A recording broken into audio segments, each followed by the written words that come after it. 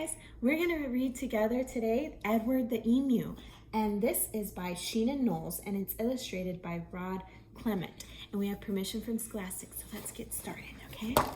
Let's read Edward the Emu.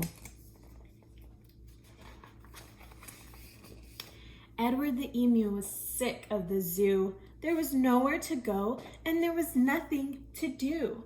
And compared to the seals that lived right next door, well, being an emu was frankly a bore. He didn't want to be an emu anymore. I wonder why. So that night, when the zookeeper went home to bed, Edward jumped from his pen and he laughed as he said, "The seals are the best.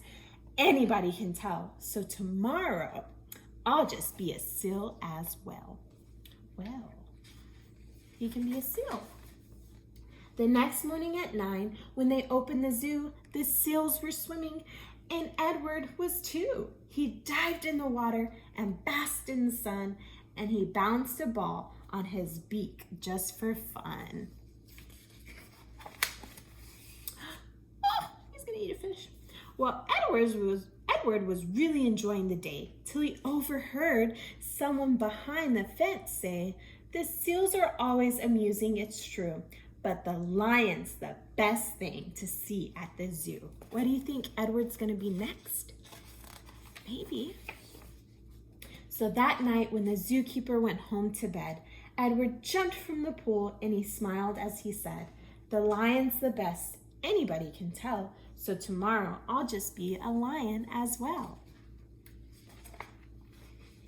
The next morning at 9, when they opened the zoo, the lions were roaring, and Edward was too.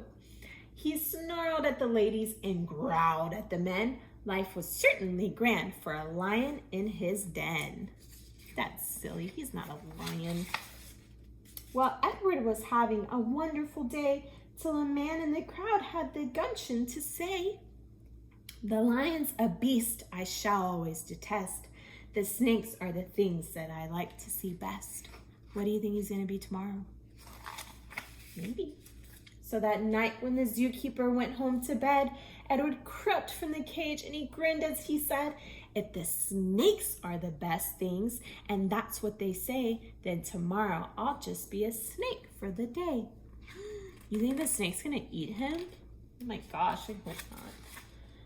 The next morning at 9, when they opened the zoo, the snakes were all hissing and Edward was too. He slipped around the rocks. It was magic to see. Then he curled himself casually up around a tree.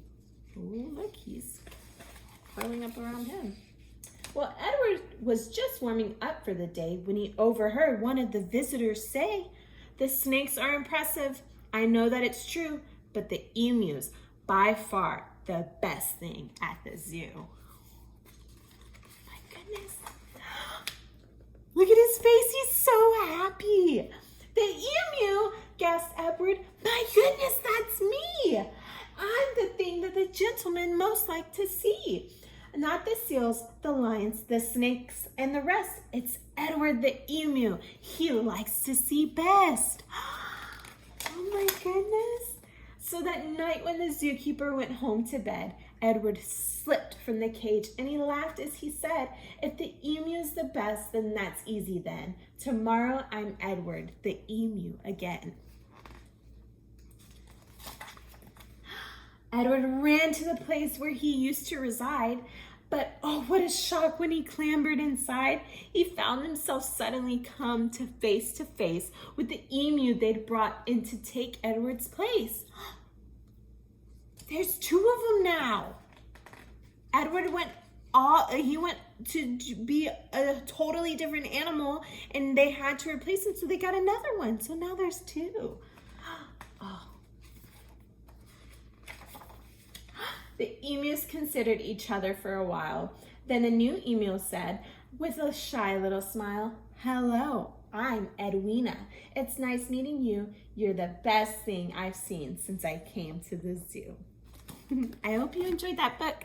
I'll see you later. Bye.